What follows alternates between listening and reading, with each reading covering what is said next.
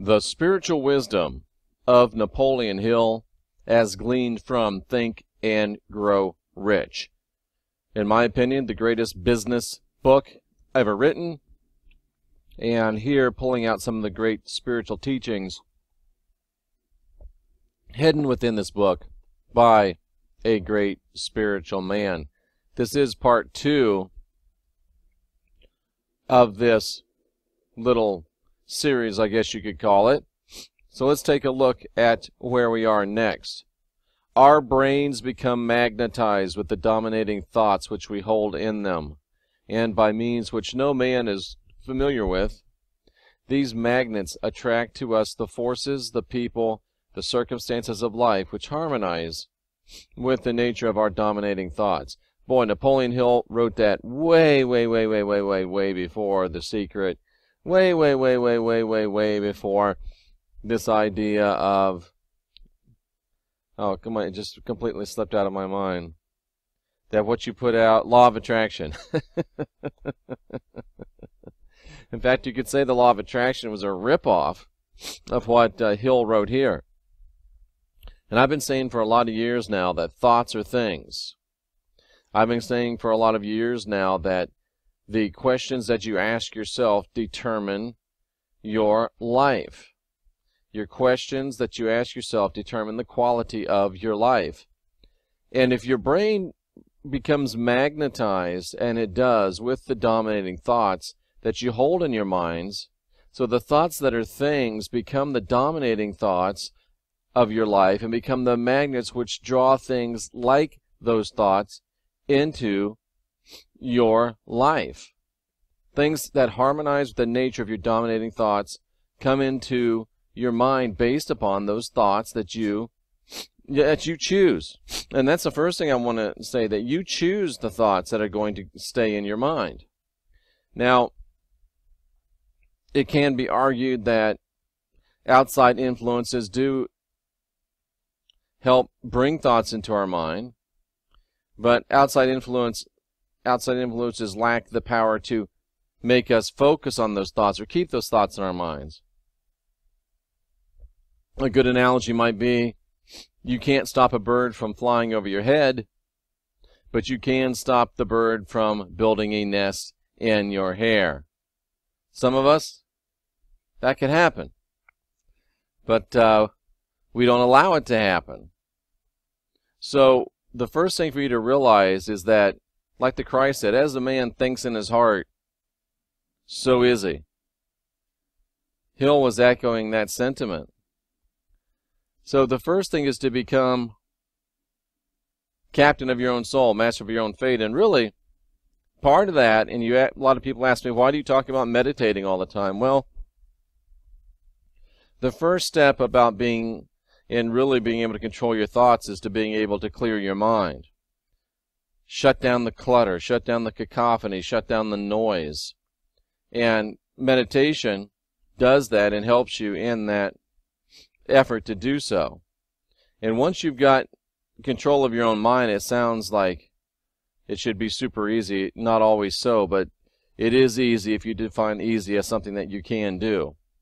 And once you're able to control your mind, then you can much more easily control your thoughts. And in controlling your thoughts, you can actually dictate what is going to come your way, what is going to be drawn to you, and you can guide that according to your desires and your wants and your needs and your goals. So you really can work it the way you want to work it, if you learn to work it, if you can follow that. And there's a lot of technique in that and a lot of work in that, but it certainly can be done, and I can help you do it if you like. And again, we've talked about the remarkable power of a definite desire, knowing who you are, knowing what you want, and feeling like if you don't do it, it's like me with these videos. I work at this 15 hours a day, probably. 15, 18, yeah, close to it. But yet, it doesn't seem like work at all. I love it. I have a burning desire to get this news out, this message out, this word out. And this next one to me is powerful, profound. Burn all your bridges behind you. There's a great scene in Hunt for Red October where Captain Ramius is talking, of course played by Sean Connery, and he very, very colorfully illustrates this point. Well, I was going to try and pull that clip, but I could not find it in an expeditious manner. Basically, Sean Connery, who's playing the Russian captain named Ramius, says that when Cortez came to the New World, his men burned their ships. As a result, they were well motivated. So, when you burn your bridges and you've got no possible way of retreat, it is a treat, and you know that you must win or perish. It sounds extreme, and it is. But those that do great things often do extreme things, like stay up all day and night and make videos. Back of all this demand for new and better things, there's one quality which one must possess to win, and that is the definiteness of purpose, the knowledge of what one wants, and the burning desire to possess it, the willingness to burn your ships in the harbor, the willingness to burn all bridges behind you, the willingness to cut off all means and methods of retreat, and the willingness to put all of your eggs in one basket. Those who are afraid of new ideas are doomed before they start. Never has there been a time more favorable to pioneers than the present. Now, he wrote this many years ago, but that still remains, for the most part, true. And as a fellow that's bringing new ideas that are really old ideas, are only new because they've been suppressed for 2,000 years. So what I bring you seems like new ideas, but they're old ideas, and they're doomed. I'm doomed, you're doomed if you're afraid, because fear cannot exist in the heart of the person that does great things. Success requires no apologies. Failure permits no alibis.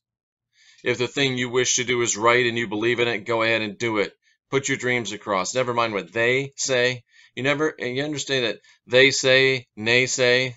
There's a reason that rhymes. If you meet with temporary defeat for they say, nay say, perhaps do not know that every failure brings with it the seed of an equivalent success. Now, I would add, if you pay attention. If something doesn't work, you have in fact found another way that it won't work, so you can cross it off the list and do something that will. It's energetic. We live in a universe that seeks balance, so balance will come.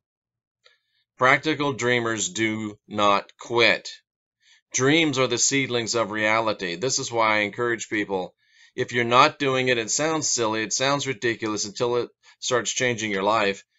Keep a dream journal.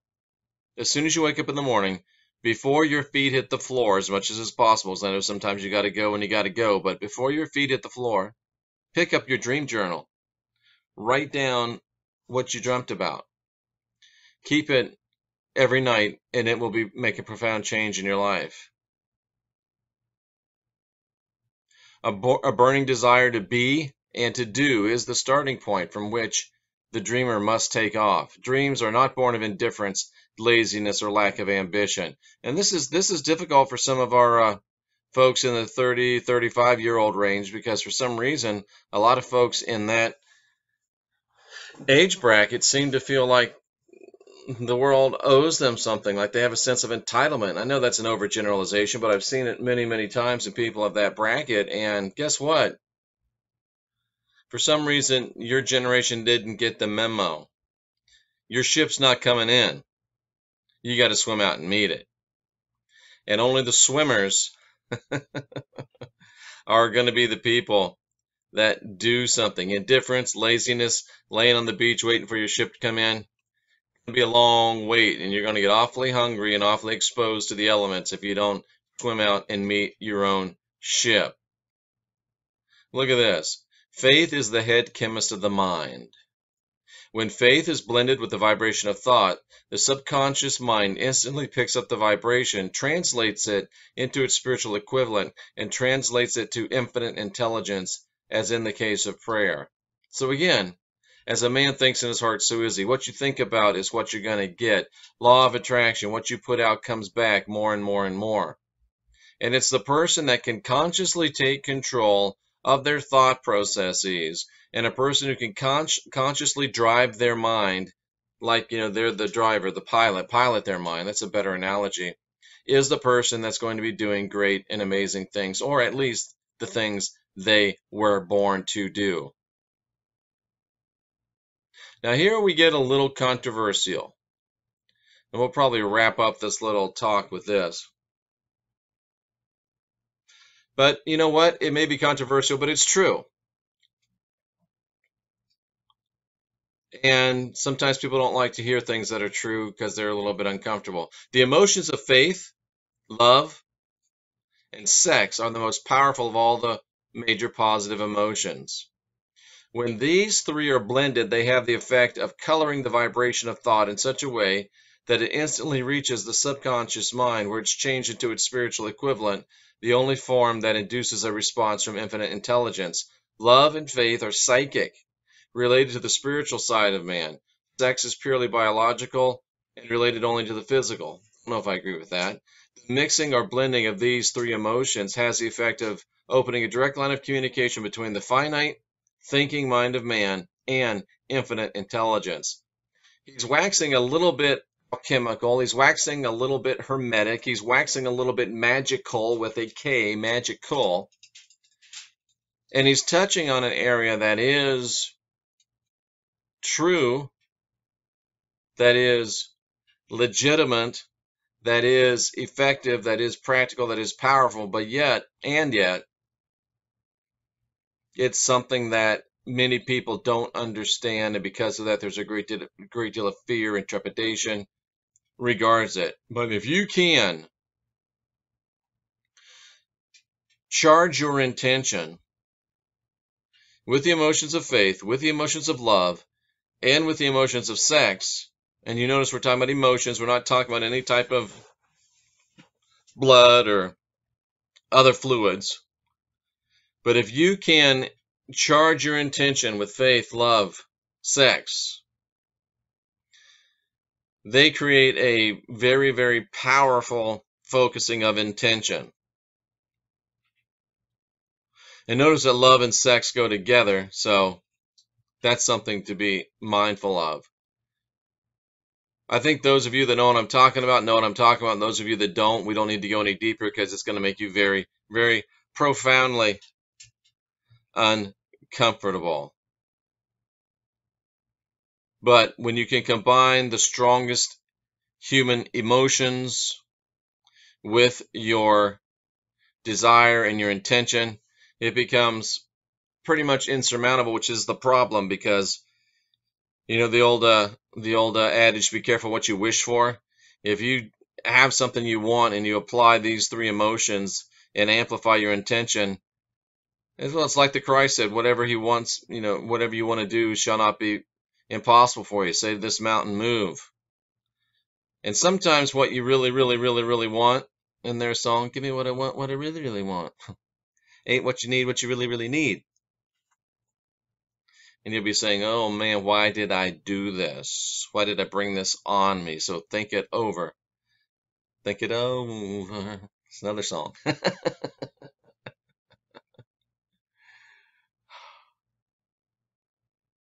Faith is a state of mind which can be induced, created by affirmation or repeated instruction of the subconscious mind through the principle of autosuggestion. Yep. You can program your own mind as easily as you can program your computer. Start with something simple. Start with when it's a weekend or a day you don't have to get up and go to work the next day, and it wouldn't be the end of the world if something didn't work. I'm not saying this because it doesn't work. I'm saying this to give you confidence. Before you go to bed, decide what time you want to wake up. And say it 11 times. with the intention of I'm going to wake up then.